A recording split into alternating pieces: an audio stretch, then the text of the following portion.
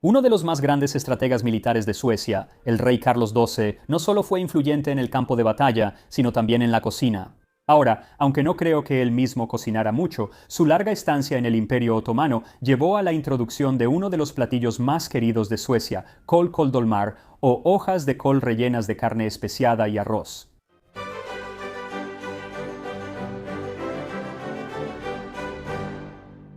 Tras una devastadora derrota contra Pedro el Grande de Rusia en 1709, el rey Carlos o Karl XII de Suecia escapó al Imperio Otomano y mientras estuvo allí, él y sus hombres conocieron varios platillos nuevos que los acompañaron de regreso a Suecia. Cosas como el café, el sorbete y las hojas de parra rellenas conocidas como dolma, que eran populares en todo el Imperio Otomano.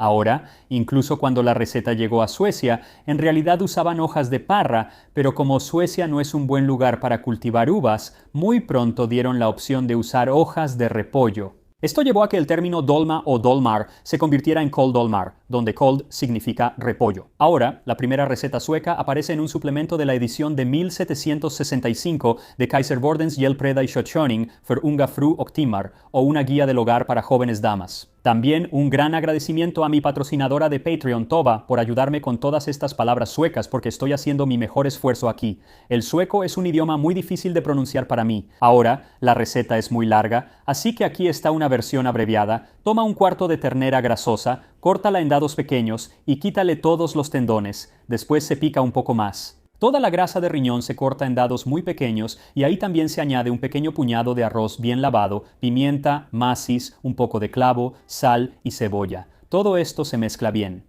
Luego toma hojas de parra ligeramente hervidas. Si no se pueden conseguir hojas de parra, se pueden usar hojas de repollo en su lugar. Coloca un poco de la carne en cada hoja, dobla la hoja alrededor y forma una bola. Los huesos de ternera se colocan en el fondo de la olla junto con lo que se recortó de la carne. Sobre esto se colocan las bolitas y se vierte tanta agua fría que apenas cubra lo que está dentro. Agrega suficiente sal para que el líquido quede bien sazonado. Luego se coloca un plato de madera dentro con un pequeño peso encima. Después, déjalo hervir tapado durante 1 hora y media a fuego lento. Cuando se sirvan, vierte su propia salsa sobre ellas, la cual no debe ser más de lo que el plato pueda contener. Así que esto no es completamente diferente de la versión moderna, aunque normalmente hoy en día son más cilíndricas en lugar de tener forma de bola, así que veremos cómo resulta eso. Además, las especias suelen ser diferentes. Realmente no se ve mucho el uso de macis y clavo en la versión moderna. Y en lugar de hervirlas básicamente, o guisarlas como vamos a hacer, muchas recetas te indican que primero las frías y luego las hornees antes de guisarlas solo para terminarlas, y eso les da un poco de color. Y aunque por supuesto puedes hacer la versión moderna, yo voy a intentar hacer esta versión de hace 250 años porque francamente es lo más parecido a viajar en el tiempo que probablemente vaya a experimentar. Y la verdad es que me encanta viajar en el tiempo aquí en mi cocina, casi tanto como me gusta viajar al extranjero. Y ahora volvamos a nuestros rollos de col rellenos, para los cuales necesitarás 1 libra o 450 gramos de carne de res después de quitarle los huesos, media taza o 100 gramos de arroz crudo, media cucharadita de pimienta, un cuarto de cucharadita de macis, solo una pizca de clavo, 2 y media cucharaditas de sal y un poco más. Para el agua, 1/3 de taza o 35 gramos de cebo, 1 taza o 150 gramos de cebolla amarilla picada y una cabeza de col. Así que había algunas cosas en esta receta antigua sobre las que dudé un poco en seguir exactamente, y una de ellas es el arroz, porque ella pide arroz lavado pero no te dice que lo cocines, y la mayoría de las recetas modernas sí te piden que agregues arroz cocido. Pero encontré algunas recetas mediterráneas de dolma que usan arroz crudo, así que eso es lo que voy a hacer, pero sí lo voy a enjuagar muy bien y luego dejarlo remojar en agua durante unos 20 minutos. Mientras se remoja, puedes empezar a quitar la carne de los huesos, así como cualquier pedazo graso o tendón, pero no los tires. Los vamos a necesitar para hacer el caldo de res. Solo ponlos a un lado mientras picas la carne tan finamente como puedas. Hoy en día la gente normalmente usa carne molida, que también es una opción, pero yo la estoy picando porque me hicieron este cuchillo nuevo y quiero aprovecharlo bien. Es mi nuevo cuchillo favorito, no solo porque es absolutamente hermoso y excepcionalmente filoso, sino porque me lo hizo un fan del canal. De hecho, él también me hizo uno hace algunos años. Me gustó tanto que le compré uno a mi hermano para Navidad hace algunos años, así que pondré un enlace en la descripción para que puedan ver su trabajo con cuchillos. Ahora, una vez que la carne esté picada en pedacitos, ponla en un tazón y espolvorea con sal y pimienta, luego agrega la macis y el clavo, asegurándote de que todo se mezcle y se revuelva bien. Luego agrega la grasa de res y mezcla todo eso. La grasa realmente está ahí para derretirse y mantener la carne unida, especialmente si no estás usando carne molida, solo carne picada, vas a necesitar esa grasa como un aglutinante. Luego agrega la cebolla picada y mézclala bien, y finalmente el arroz. Asegúrate de que todo esté bien distribuido y luego pon eso a un lado mientras preparas las hojas de col. Quieres quitar tantas hojas grandes como puedas. Esta receta rinde aproximadamente una docena. Luego vas a poner a hervir una olla grande con agua y agregar las hojas. Dependiendo del tamaño de tu olla, puede que tengas que hacer esto en un par de tandas. Déjalas hervir durante 4 o 5 minutos hasta que estén suaves y flexibles. Luego ponlas a un lado para que se enfríen mientras preparas el dolma. Ahora, dolmar o dolma en singular es una de varias palabras y cocinas que entraron al sueco alrededor de principios y mediados del siglo XVIII. Ahora, algo que a menudo se le atribuye a los otomanos, a los turcos en esa época, son las albóndigas suecas. Eso no es cierto en absoluto. Ellos ya tenían las albóndigas antes de que todo esto sucediera. Pero que a esto se le llame dolma, casi con toda seguridad proviene de este periodo, influenciado por los otomanos. Ahora, los suecos sí tenían coles rellenas antes de esto, pero eran coles enteras que se rellenaban principalmente con más col y pan y huevo, así que eran muy diferentes. Estos dolma, no solo la palabra viene definitivamente del Mediterráneo, sino que también el estilo es más parecido al que se hacía en el Imperio Otomano en esa época. Y realmente sus raíces se remontan hasta la antigua Grecia y probablemente incluso antes de eso. Pero esos normalmente se hacen incluso hoy en día en forma cilíndrica, mientras que esta receta pide que se hagan redondos, lo cual nunca he visto realmente, pero no veo por qué no funcionaría. O rápidamente descubriré por qué no funciona. Así que pon una hoja de repollo y corta la parte más gruesa del tallo, luego haz una bolita con un poco del relleno y colócala en el centro de la hoja y después envuélvela tratando de mantener esa forma de bola. Ya es más difícil de lo que parece. Luego repite esto hasta que todas las hojas estén rellenas y puedas cocinarlas. Para hacer eso, junta los huesos y tendones de la carne y colócalos en el fondo de una olla. Luego pon el dolma encima. Después prepara un poco de agua con sal. Quieres usar aproximadamente 2 cucharaditas de sal por cada litro de agua y vierte esto en la olla hasta que el agua apenas cubra las hojas de col. Y esto es otra cosa que me hizo dudar y de hecho si tuviera que hacerlo de nuevo lo haría un poco diferente. Así que la receta sí dice que solo cubras esto con agua. La mayoría de las recetas modernas, incluso las guisadas, te indican que solo agregues suficiente agua para que apenas llegue al fondo de las hojas de col. Por una buena razón, porque cuando están completamente sumergidas tienden a deshacerse, como le pasó a la mitad de las mías cuando las preparé. Ahora, tal vez si yo fuera un experto enrollando hojas de col, eso no habría pasado, pero no lo soy, así que sí, perdí como la mitad de ellas. Pero no importa cuánta agua le agregues, la receta dice que pongas un plato de madera encima con un peso. Yo voy a usar un plato de cerámica, pero hace lo mismo, solo mantiene todo en su lugar. Luego pon esta olla a fuego alto y lleva el agua a hervir. Y cuando empiece a hervir, retira cualquier espuma que suba a la superficie. Después baja el fuego y pon la tapa. Y luego déjalo cocinar durante 1 hora y media, lo cual debería ser suficiente para cocinar completamente la carne, así como el arroz que todavía está crudo. Y debería ser más que suficiente tiempo para regresar y echarle un vistazo a Carlos XII y ver cómo sus hazañas militares llevaron el Koldolmar a Suecia. Durante la mayor parte de los últimos 200 años, Suecia ha tenido una política de neutralidad, así que es muy fácil olvidar su pasado bastante militarista. Pero en el siglo XVII, reyes como Gustavo Adolfo o el León del Norte supervisaron una expansión del Imperio sueco. Eso hizo que se convirtiera en una de las naciones más grandes y poderosas de Europa, en gran parte al arrebatarles territorio a Dinamarca, Noruega, Polonia y Rusia. Así que cuando estos países vieron la oportunidad de recuperar algo de esa tierra, definitivamente aprovecharon la ocasión y esa oportunidad se presentó. En 1697, cuando el rey sueco Carlos XI murió y su hijo heredó la monarquía absoluta de Suecia como Carlos XII. Curiosamente, en realidad él era el sexto Carlos, ya que no hubo un rey Carlos del primero al sexto, pero no fue el hecho de que su numeración real estuviera equivocada lo que emocionó a los enemigos de Suecia, sino el hecho de que Carlos XII tenía 15 años, recuperar tierras de Suecia iba a ser como quitarle un dulce a un niño de 15 años. Pero en realidad les tomó algunos años organizarse, así que no fue hasta 1700, cuando él tenía 18 años, que la Triple Alianza de Dinamarca, Noruega, Sajonia, Polonia, Lituania y Rusia lanzó un ataque triple contra Suecia, iniciando así la Gran Guerra del Norte.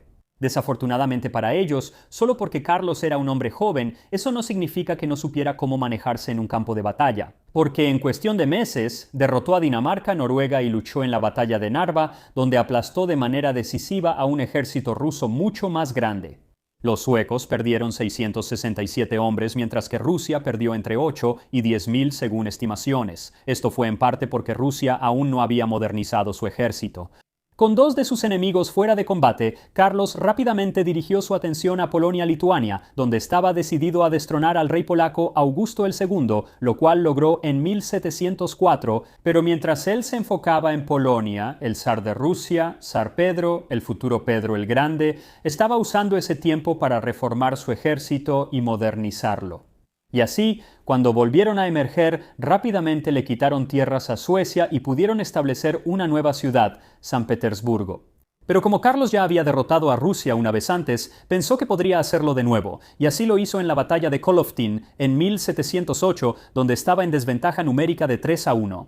Y si Carlos se hubiera detenido ahí, probablemente sería recordado como uno de los más grandes reyes en la historia de Suecia. Pero no lo hizo, porque como escribiría Voltaire más adelante, citándolo, él dijo: «He decidido no pelear nunca una guerra injusta, pero tampoco poner fin a una legítima salvo derrotando a mis enemigos». Así que en lugar de hacer la paz con Pedro, Carlos decidió avanzar hacia Moscú.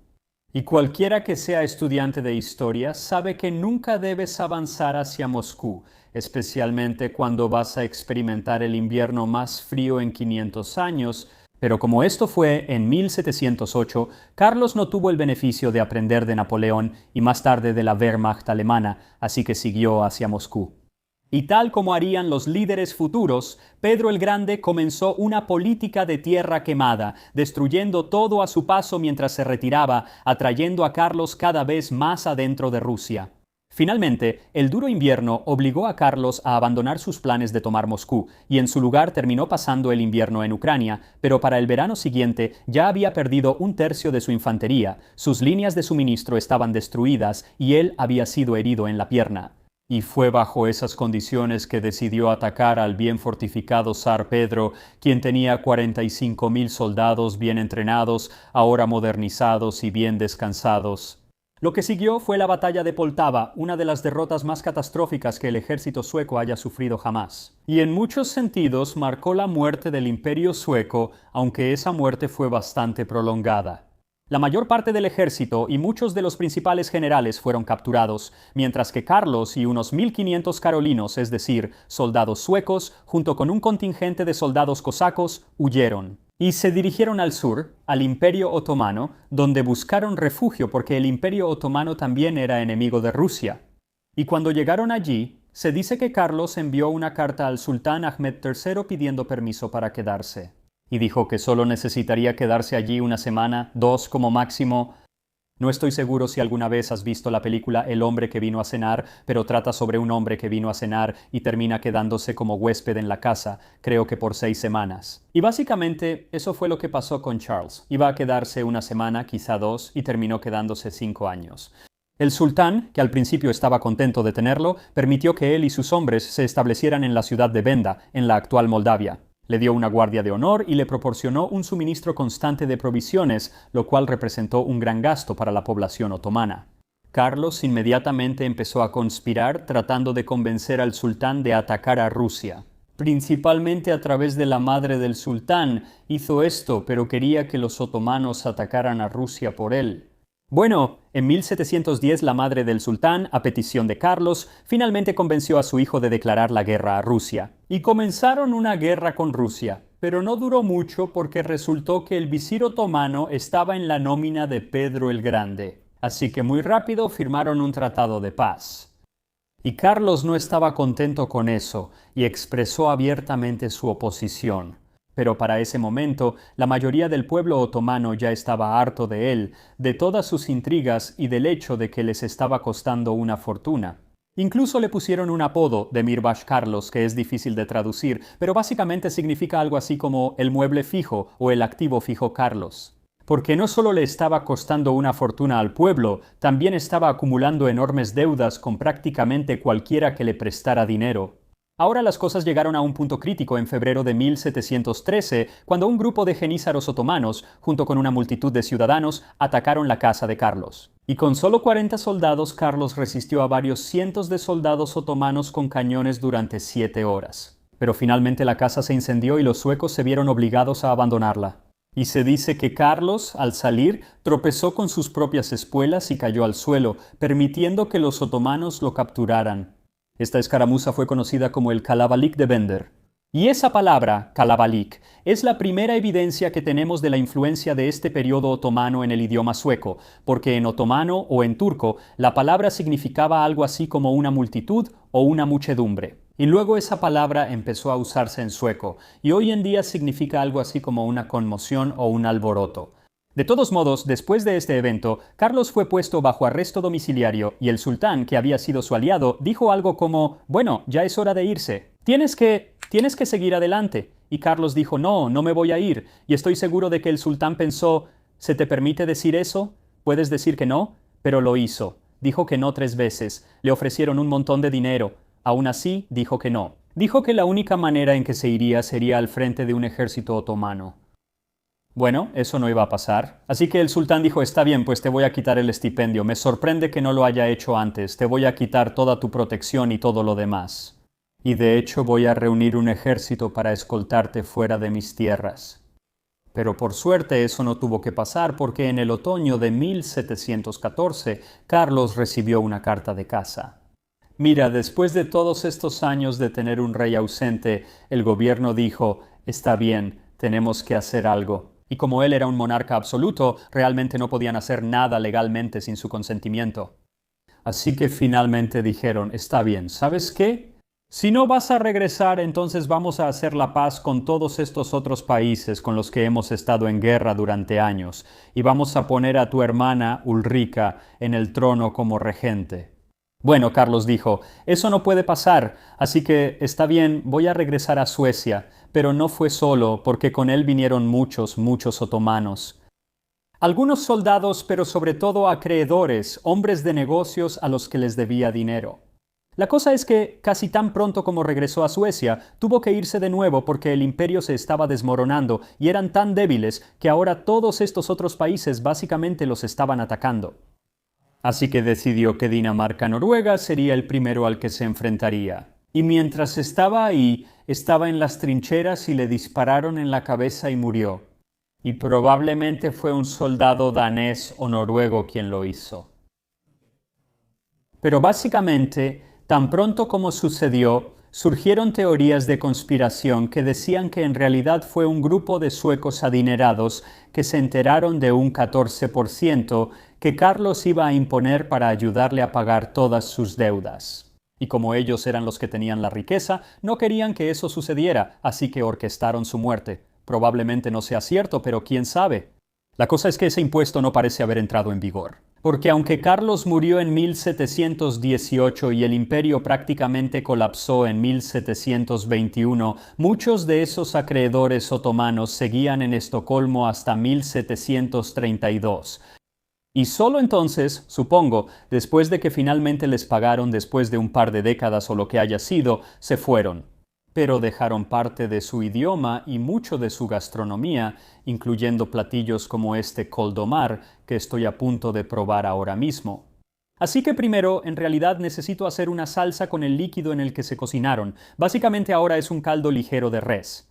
La receta también está basada en algo de este mismo libro de cocina del siglo XVIII. Así que retira todas las coles. De nuevo, la mitad de las mías se desintegraron. Luego cuela los huesos y cualquier otro pedazo de carne antes de agregar aproximadamente una taza del líquido a una cacerola pequeña. Y luego bate un par de cucharadas de harina y solo un poco de crema.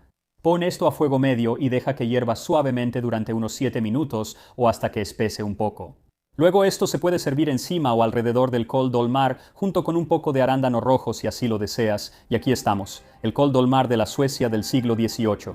Así que hoy en día estos normalmente se sirven con un tipo de salsa totalmente diferente y con papas. Las papas realmente no se habían popularizado en Suecia en esa época. No fue sino hasta principios del siglo XIX que realmente se hicieron populares. Así que nada de papas para mí, pero sí le puse un poco de mermelada de arándano rojo porque, uno, simplemente me encanta muchísimo, pero también le va a dar un poco de dulzura y será interesante, además de que ya existía en esa época. Además, la receta original dice que si usas hojas de parra, debes exprimir un poco de limón encima justo antes de servir, pero si usas hojas de col, no es necesario. Así que déjame cortar una de estas.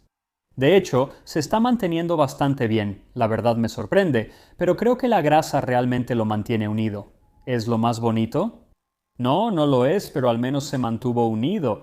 ¿Sabes qué? La mitad de ellos salieron bien. En fin, aquí tengo un poco de todo. Vamos a probarlo.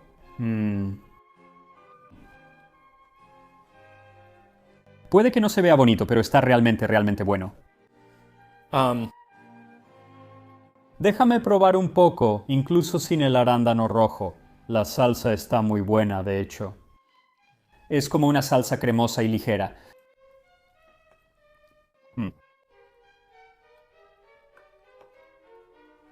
Eso está realmente bueno. Esas especias son muy diferentes de lo que encontrarás hoy en día, creo. He visto algunas versiones modernas que llevan un poco de pimienta de Jamaica. He visto muchas que llevan paprika, pero muchas de ellas llevan solo pimienta. Tal vez todavía haya, ya sabes, algunas personas que siguen usando clavo y macis, pero sí siento que esos sabores como que han desaparecido de la mayoría de los platillos como este, pero realmente está muy bueno así. No necesitas mucho. Está bien equilibrado por la dulzura del lingonberry. Pero debido a la grasa de res que tiene, es muy... No es grasoso, untuoso. Esto es lo que haces. No necesitarías mucho. Creo que una bolita pequeña va a ser más que suficiente como para toda una comida de verdad. Esto va a ser muy llenador. El arroz, esto es lo que en realidad me sorprende mucho. El arroz está completamente cocido, bien suave. Aunque me pregunto, el arroz se expande. ¿Eso fue lo que rompió algunas de las hojas de col mientras se expandía? No lo sé. ¿Cuánto se expande la col? No importa, está delicioso. Así que sí, estos son algo complicados, no voy a mentir. Definitivamente requiere algo de técnica. Mi técnica para enrollar hojas de repollo todavía no la domino, pero valen la pena. Son deliciosos. Y creo que puedes encontrar una receta moderna en línea que será más fácil, que se mantendrá un poco mejor, que tendrá algo de color por freírla o lo que sea. Pero de cualquier manera, la mayoría de las recetas modernas tampoco usan cebo, que puede ser difícil de encontrar. Moderna, histórica, no importa, ambas son deliciosas. Y sí, está padre hacer otro platillo sueco. No he hecho un platillo sueco en bastante tiempo. Así que vendrán más platillos suecos. Y nos vemos la próxima vez en Saboreando la Historia.